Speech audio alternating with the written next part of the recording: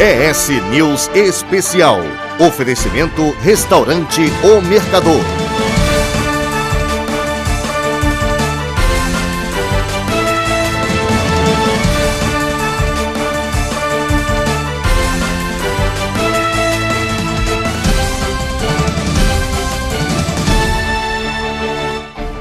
O ES News Especial está no ar com o resumo das notícias da semana. No programa de hoje você vai ver: Rose de Freitas participa da rodada de entrevistas com candidatos ao Senado.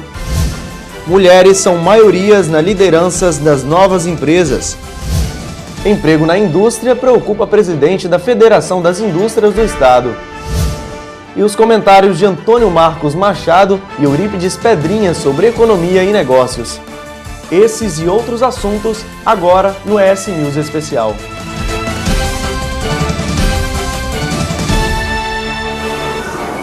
O BRT está na fila dos projetos que demoraram a sair do papel. Lançado como uma solução de opção de transporte público, ainda está longe de ser implantado. De vez em quando o BRT volta ao noticiário como salvação do sistema de transporte que existe atualmente. A população não tem muita informação a respeito da necessidade da implantação de um novo sistema. Para falar a verdade, as pessoas com quem nós conversamos aqui na Grande Vitória não sabem nem do que se trata. Sabe o que é BRT? Não tenho a mínima ideia. Não tenho ideia. Deu um branco agora. BRT, desconheço. Eu não sei dizer. Eu acho que é referente a alguma coisa, rodovia e estrada, mas eu não sei o que é. BRT, eu desconheço o que é isso, entendeu? O que é BRT? O que é BRT? O BRT é uma sigla em inglês que significa transporte rápido por ônibus. Os coletivos circulam por corredores exclusivos, logo fogem dos engarrafamentos, retenções, do verdadeiro caos ao qual a população é submetida. O projeto foi apresentado no governo anterior e percorreu quase todo o atual governo, sempre num ritmo que se assemelha ao trânsito na Grande Vitória, devagar, quase parando. Por enquanto, a única coisa certa é a dura realidade de quem circula todos os dias pela cidade de ônibus ou de carro próprio. Apesar do desconhecimento de boa parte dos capixabas, o BRT aos poucos vai saindo do papel. Algumas obras preparam a região para os corredores por onde os ônibus vão passar. A Avenida Leitão da Silva é um exemplo disso. Esse deve ser um dos principais trechos de passagem dos novos ônibus. Nós já começamos a licitação do BRT, ela foi dividida em 2 etapas, que é o que a gente chama de pré-qualificação. Nós já temos 4 empresas pré-qualificadas, 4 consórcios pré-qualificados, onde agora nós vamos lançar a última fase dessa licitação, que é o edital de preço. Então nós já concluímos o projeto, concluímos o orçamento, está passando por uma revisão da nossa Secretaria de Controle, que isso é uma questão interna do governo, tem que fazer essa revisão. A partir daí nós esperamos já em breve estar publicando a última fase, para que essas 4 empresas pré-qualificadas possam apresentar o preço. Quem der o menor preço é a empresa que vai iniciar, começar e terminar a obra do BRT. Mais de 80% das empresas abertas em um ano aqui no estado são de comércio. E olha que interessante, mais da metade são comandadas por mulheres. A cada loja que entramos, as mulheres estão no comando e quem apenas é funcionária tem o sonho de abrir o próprio negócio. Tenho sim o sonho de abrir o próprio negócio, por ter família dentro dessa área, tenho vontade de abrir minha própria loja. Estou trabalhando agora na área, aprimorar meus conhecimentos para abrir minha própria loja no futuro. Sim, seria no ramo alimentício. Para uma vida independente, que é um sonho de realização, para mim dar uma vida melhor também aos meus filhos. As mulheres estão comandando cada vez mais a abertura de novos negócios no Espírito Santo. Dados revelados pela Agência de Desenvolvimento das Micro e Pequenas Empresas, a ADERES, a partir da pesquisa feita aqui no estado com mais de 10 mil pessoas, mostra que 54,8% dos empreendedores são mulheres. As mulheres não investem apenas para complementar a renda familiar. Elas estão cada vez mais preparadas para transformar as ideias em negócios. Segundo o diretor-presidente da ADERES, o chamado sexo frágil tem ao mesmo tempo a sensibilidade e o punho forte para administrar, pois elas já estão acostumadas a controlar a família. Nas características empreendedoras, as mulheres elas levam algumas vantagens, com os homens pela sensibilidade, flexibilidade, comprometimento, perseverança, Mas, ao mesmo tempo, as mulheres têm muitos desafios para elas empreenderem, né? Que é a questão de conciliar a vida do lar, né, a vida pessoal, com a vida profissional, com a vida do empreendimento, né? Então, a mulher, para se envolver no negócio que ela se empreende, que ela se propõe a empreender, ela tem assim muitos desafios, né? Nos últimos anos, as mulheres têm amadurecido muito nesse aspecto, têm aprendido a lidar com as barreiras delas, né, com as dificuldades que elas têm. Eu acho que é por conta disso que a gente vê esse reflexo das mulheres aumentar tanto seu percentual de empreendedorismo no que tange aos homens por conta dessas facilidades que elas têm.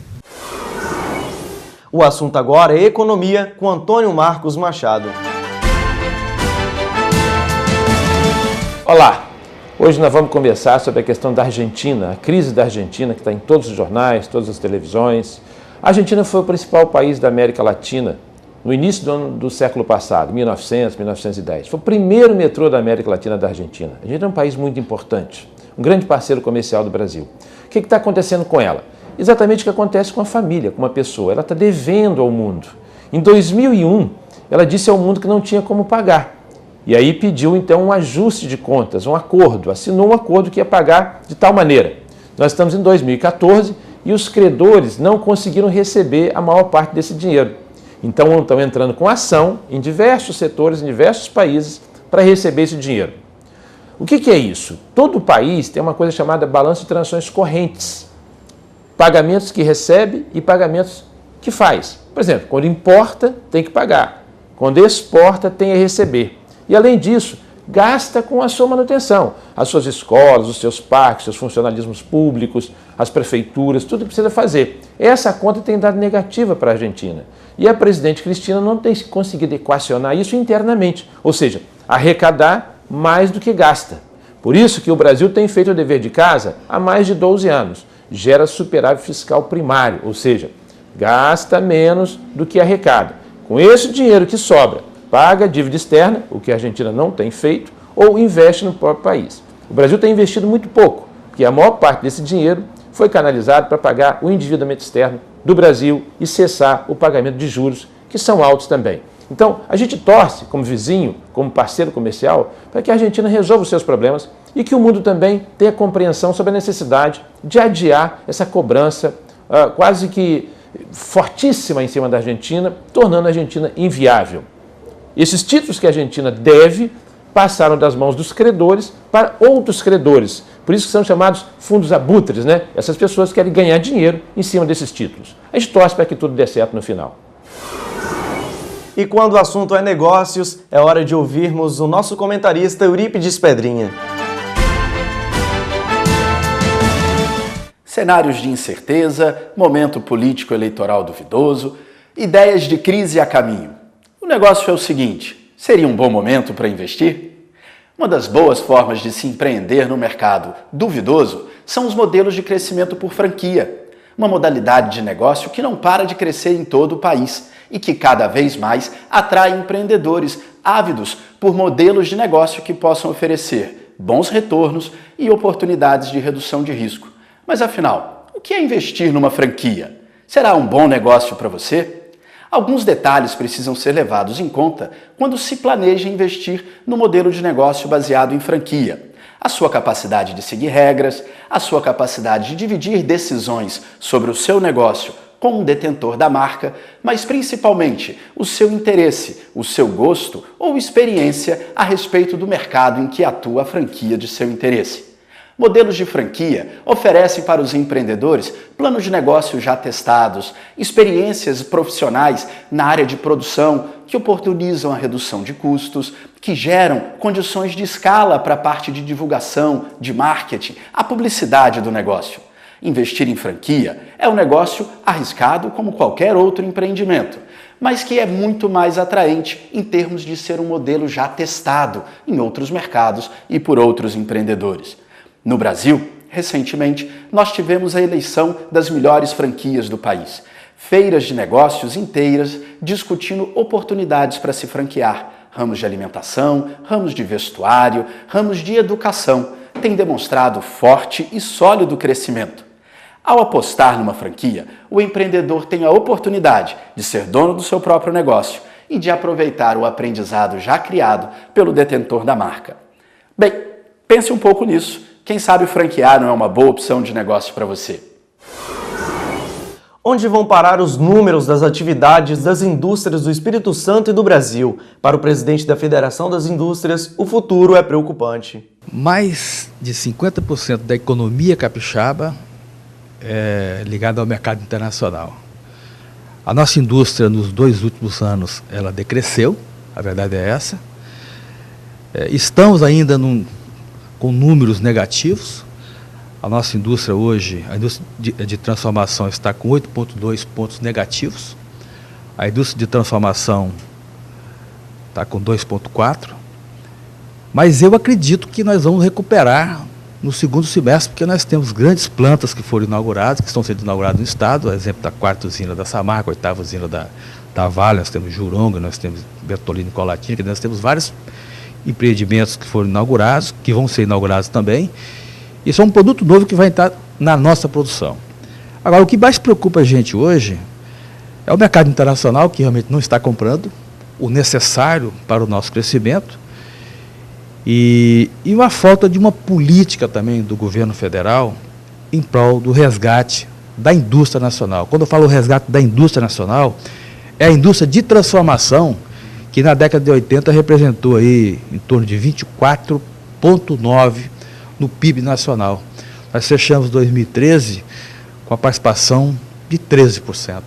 Então a nossa indústria, a indústria que realmente transforma matéria-prima em produtos de consumo, aí pode ser o automóvel, pode ser o móvel, os móveis, pode ser calçado, confecção, que é a indústria de transformação. Essa indústria realmente está enfrentando problemas. Se hoje a gente tirar, Giovanni, se a gente tirar da pauta de exportação commodities agrícolas, commodities minerais, a gente vai perceber que o país ele exporta em torno de 31% de produtos acabados. Então nós somos realmente um país que precisamos crescer muito para deixar de ser um país paroquiano. Agora, o senhor esteve com o senador Romero Jucá, que é considerado uma grande liderança e muito atualizada em relação aos problemas nacionais, e ele passou alguns dados referentes a alguma projeção referente a 2015. Esses dados preocupam mais os industriais aqui do estado? Na verdade, eu fiz uma pergunta ao senador Romero Jucá. Ele esteve numa reunião na CNI, em torno de 100 empresários, do Conselho Superior de Assuntos Legislativos da CNI. Ele foi convidado. E eu fiz uma pergunta para ele. O que fazer para a indústria de 2014, que a indústria realmente, nós estamos considerando um ano perdido. E ele me disse o seguinte: Marquinhos, você vai sentir saudade do 2014. Eu fiquei preocupado. Aí ele disse o seguinte, não é segredo, ele falou assim: olha, o governo não tem dinheiro para investir em infraestrutura, nós vamos fazer cortes no orçamento, os juros vão aumentar muito e com possível aumento de impostos. Isso não foi segredo, isso me deixou preocupado. Inclusive a perspectiva para 2015 não é boa, 2015 e 2016. E para piorar, Giovanni, a gente olha o processo eleitoral do país hoje, que está meio confuso, né? E qualquer presidente que chegar eleito, ele vai ter muita dificuldade, porque ele vai encontrar uma divisão muito grande, né? Tanto uma reeleição da Dilma, como uma provável eleição de Aécio, o Eduardo Campos. Quer dizer, vai ser um ano realmente, um ano de muitas dúvidas. Eu acredito que o setor produtivo, ele vai colocar as barbas de molho. Daqui a pouco a deputada Rose de Freitas participa da rodada de entrevistas com candidatos ao Senado, aqui no ES News.